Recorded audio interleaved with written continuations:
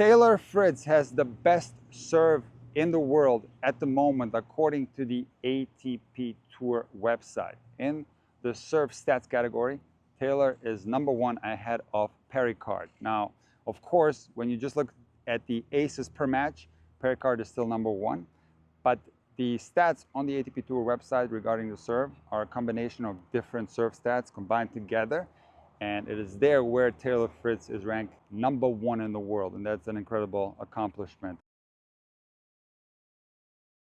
Taylor Fritz has an excellent service motion for the fact that it's very simple. So I've made many videos on the Intuitive Tennis YouTube channel where I advise players to compartmentalize the serve. So you want to serve with a lag where you toss the ball first and the racket lags behind.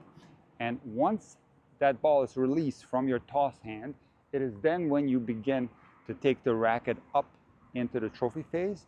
And it is also then when you begin to load the body. It is a compartmentalization of both sides of the body that works really well for a lot of players, because you can first focus on your toss, and this is going to come in very handy if you happen to have toss problems. And once you release that ball, now you start taking the racket up into the trophy phase and you start loading your body. And that's exactly what Taylor does. He serves in a platform stance, and the way the racket goes up is somewhat unorthodox.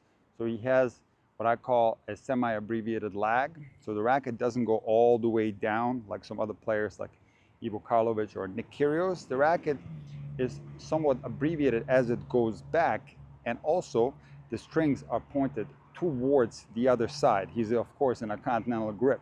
And now Taylor does something that is so simple and so effective, because he will go up into the trophy phase without changing the angle of his racket head. So the strings will always be pointed towards the other side, and now he will simply drop the racket in that same position. So the movement is very simple. It's an on-edge racket drop that starts in the take-up and just continues all the way into the racket drop. Now, once Taylor gets into that trophy phase, he has a very aggressive loading position. So he has a big coil, a little bit more pronounced on the ad side, but he also coils big on the do side as well. He has that separation between the tip of the back foot and the heel of the front foot in his platform stance, which helps in getting a more aggressive coil.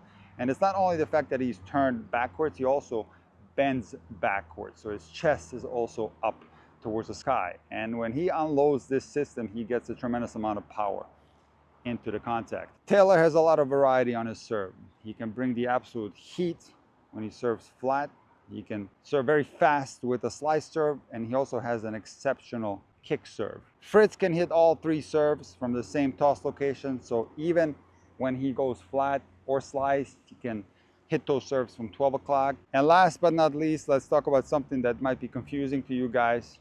And maybe you've seen videos of Taylor instructing players to load the back foot and then drive all the power from the back foot onto the front foot. But when you examine Taylor's serve very closely, it's clear to see that prior to him unloading the serve, most of the weight is on his front foot. You can see that because the back heel is higher off the ground compared to his front heel. So take a look at these pictures, you can clearly see that independent of what type of serve Taylor is attempting, prior to him unloading, more of the weight is on the front foot.